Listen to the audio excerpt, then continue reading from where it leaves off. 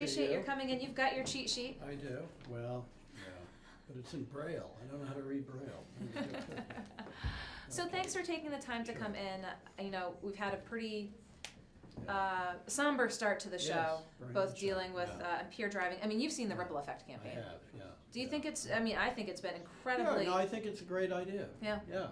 To keep, because I mean, with the fatality numbers, We don't realize that. We have a name, somebody died, somebody's murdered, somebody's killed in a car crash. We don't realize how many people are affected. Like this horrible thing in Florida, hundreds and hundreds, maybe thousands of people will be very closely affected by the deaths of those children. Because we have more guns in America than any other place in the world. There's a new report out, I think it might have been in The Economist magazine, which is not some screaming lefty operation, saying the big problem, the biggest problem in the United States with gun deaths, not mental illness, even though we've got plenty of that. It's not, commission of crimes, just there are too damn many guns. It's totally out of control. I mean, we've seen a number of school shootings since the beginning of the year. I Oh, mean, they're coming like every week now. but Yeah, given yeah. the political climate that we're in, I mean, do we see anything on the gun side of things? No, I mean, unfortunately, because this shouldn't be a Democratic or Republican thing, but the Republican Party is now basically a wholly owned subsidiary of the National Rifle Association. Didn't used to be that way. And the Koch brothers. So, you have to, as the French say, changement de regime. When I say that, it's somebody coming from a pretty Republican background, but this Republican Party is so corrupt, so sleazy that I don't know what we're going to do. Not everybody, obviously. We have a great Republican governor in Massachusetts, Charlie Baker. Most popular. Great individual. Right. What an irony. The most popular governor in the United States is the Republican governor of one of the 2 or 3 most Democratic states. He's a good guy. Good governor. Can't make it up. Do you think we're going to see, and I've seen some of the dialogue on social media, an increased call for, because as you mentioned, very little chance for anything on the policy because school it's side. basically, the NRA and the gun companies, which the NRA has turned into an extension of the gun companies. Again, that did not, I think I was a member of the NRA when I was a kid, in fact. Marksmanship, that sort of thing. Are we going to see more at the school level? I've heard anything from increased. Are we going to have metal detectors at every door? Yeah, electrified barbed wire. Are we going to see armed individuals in schools? Those towers like you over on prisons, with sentries up there with high-powered rifles? Do you think we'll see armed individuals in schools? Yeah, I do. Unless you begin to cut down the number of guns that are so easily available to people. And I think I should mention that magazines, people forget about that. It's so easy to get almost unlimited amounts of ammunition. And the guns that a lot of these people are using are military guns. They're made to kill as many people in as short a time as possible. They're very easy to get. So you can begin to chip away at that. Meanwhile, while they're chipping away, of course, there'll be more mass killings.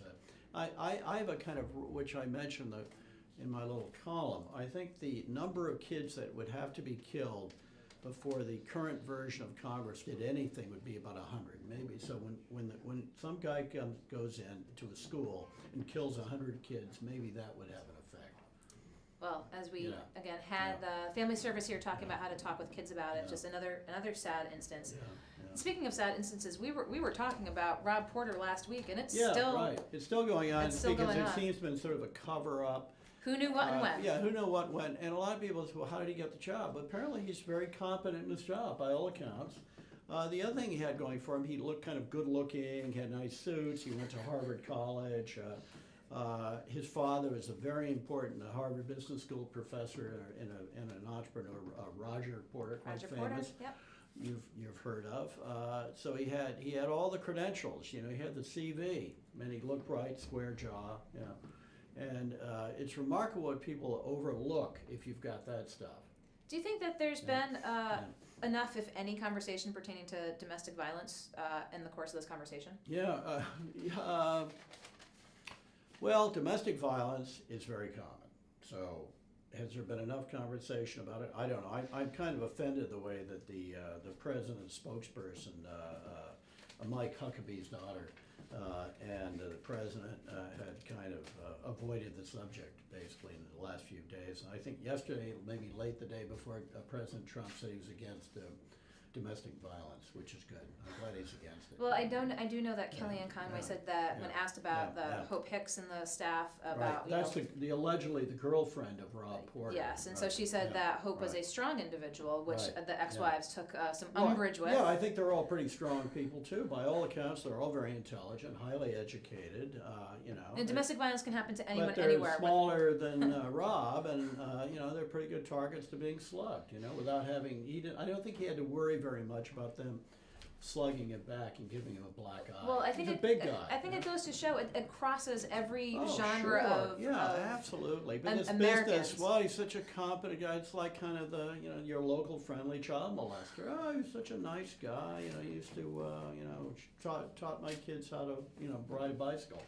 But you think he's got another? You still think that the career is still intact? Who, Rob Porter? No.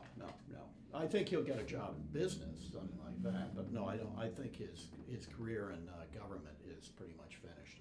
Yeah. So your cheat sheet here, I'm assuming, Too has bad some. because he's very smart. By all Yes. accounts. Apparently, he's the single most competent person in the White House staff. So he's gone. We'll see what happens moving forward, and we want to see what you're going to be writing about this weekend. Yeah, there's a company, what's it called, Catalytic Innovations down in Fall River, Massachusetts, and very interesting. A engineer called Stafford Sheehan, and his team have come up with a system. It's rather complicated, but basically pulling carbon dioxide out of the air, and then they use a sort of reactor, and then they create ethanol, which is clean burning, alcohol.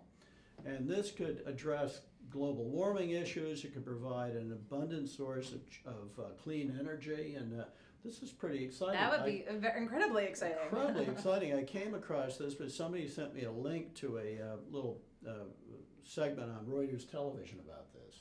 And I thought, boy, this could be a big deal. This 10 years from now, this could be a huge company. Can read about Bob's column. Yeah, right. What else you got I going on? don't have any stock in it either. Okay, what are the other thing? There's a lot going on, obviously. The infrastructure thing, the Trump infrastructure, it's basically a joke because they pay, most of this is supposed to be paid for by the localities in the states which don't have that kind of taxing power. In fact, it just got more difficult to do taxing because you can't write off as much of your state and local taxes against your federal tax. So that's kind of a joke. There is also an element where they're trying to encourage private investment, which is in itself not bad, but actually the way it's skewed is the private investors, they want a good return, obviously. So I think you're going to see them more than willing to build roads to luxury resorts. Roads to luxury resorts. Yeah. Well, we certainly have infrastructure needs here, that's for sure. We had a very interesting individual on live recently up at UMass Lowell, Professor Yu. They're doing a lot of R&D up there. Oh, they're doing great engineering stuff up there. In the textile industry. It's literally a fabric. If you want to check this out on GoLocal, it's a great interview. It's using the fabric and fiber optics to basically place on structures, to place on bridges, to place on tunnels. Really? Like to kind of to get paint it on, kind of to get a test, so to say that we can find out sooner where there might be something breaking down. Or the stress cracks, this kind of thing. Yeah. And he's like, we're kind of hoping to bring this to market. And I was like, maybe you're going to be leaving UMass Lowell. That's right. Well, UMass Lowell has some great engineering people. Yeah. They're developing a national name over the last 5 or 10 years for some of this stuff. The other thing I wanted to slide in, that's an interesting, the Trump administration, of all people, want to, they're looking at this family leave thing, have family leave. Well, I'm very dubious about mandatory family leave because it's very difficult to staff small companies as it is, let alone with this. But there's an interesting way of paying for it that came up with a policy wonk and lawyer in Washington, which people would pay, they would delay taking Social Security a little while to cover the cost of family leave. So you basically postpone, could be a month, could be 3 months, whatever. Well, with the Social Security being the way it is, that might not be the worst idea in the world. Take it. So the idea is they basically pay for it by taking money from the money that they'd get paid in Social Security takes later on, assuming there is any Social Security. Assuming there is, because it looks like for all intents and purposes. So I think that's interesting, and I also wanted to say something nice about something. Yeah, it's kind of minor, but it's made me feel good. When was Valentine's Day? Was that yesterday? Yesterday. That's right. Yes. usually I'm a romantic, but I'm a forgetful romantic. I looked up at the Rhode Island State House, which was in red and green, and I thought that was really neat. It was, the whole thing was just glowing red and green, and of course they've got that white Georgia marble. I thought, boy, this is a great thing to offset the, the boring bleakness of Well, I'll February. tell you about the Yeah. lighting of the State House because a lot has been a buzz on it over social media. Yeah. I do know members of the African American community Yeah. asked for it to be lit up in red, black, and green for really? the Pan-African flag. How's the black work? Well, though? the black isn't It's a really problem. working out No, so much. no. So as people are saying, well, is it that? Is it the Yeah. Italians? There Yeah, seems to be a yeah. little confusion Bulgaria or something? I don't know. over it. But I know for Yeah, find out a mite at a yeah. time, it was supposed Yeah. to be is supposed to be black, red, and green. So Yeah. if you're questioning what's happening at the State House, that's the Yeah. skinny that I have on I this thought head it was here. really, really neat, and that was really charming. So speaking of lighting, we just had Yeah. Joe Palino in with the Yeah. Casemate Building over here. He says he's going to be like uplighting it to once it's I mean, done. the light going up the wall. Yeah, to sort Yeah, of, well, kind that's of, right. it's a historic building. I mean, we've got the darkness of Yeah. the Superman sort of looming over everyone else here. Well, That you more know, light the Kate, better. That has a good effect on morale. People love light, and I think it's great for sort of long-term economic development. Well, you don't want just dark and abandoned. You want light. You want it crowded. Yep. That's another myth, as you said, looking across the street at a big parking lot. Parking lots are bad for cities. Yes. It should be as dense as possible. Dense cities are successful cities. So when people urge the tearing down of yet another block to put in a parking lot, I think they're full of it. They're No really more full of it. parking lots. No, But more columns from Bob Whitcomb Yeah. coming this weekend. We look forward to Great. reading those, and of course, we're gonna kind of mix things up a little bit in the future. The big news today on GoLocal is we're gonna be up at the State House on Yeah, Thursday. So yeah, we're gonna let you right. know the days of Yeah. the week that Bob Whitcomb is gonna be in again after Yeah, March 1st. yeah, We appreciate yeah. your, as always, Well, coming I'm in. on work release anyway. Okay. Like you're around the corner. Yeah. Bye, everybody. Okay. Bob Whitcomb, want to thank him for coming in today, as he almost always does every Thursday, to talk about recent news, what he's going to be writing about for the coming weekend. Appreciate his time. So appreciate everyone coming into the studio today. Appreciate your watching. Kicking off with Ray Rickman, the former state representative, now with Stages of Freedom, talking about his big view, talking about yesterday's shooting tragedy in Florida. We have Bob Robillard from the Family Service of Rhode Island talking with children about mass shootings and tragedies. And then we also had Chief Ed Mello from the Jamestown Police Department. He's involved with the DOT's ripple effect, talking about everyone's responsibility to address impaired driving. So appreciate everyone coming in here to the studio. And again, you're watching as well. So stay tuned for GoLocalProv.com for more news, lifestyle, politics, sports online, on Facebook.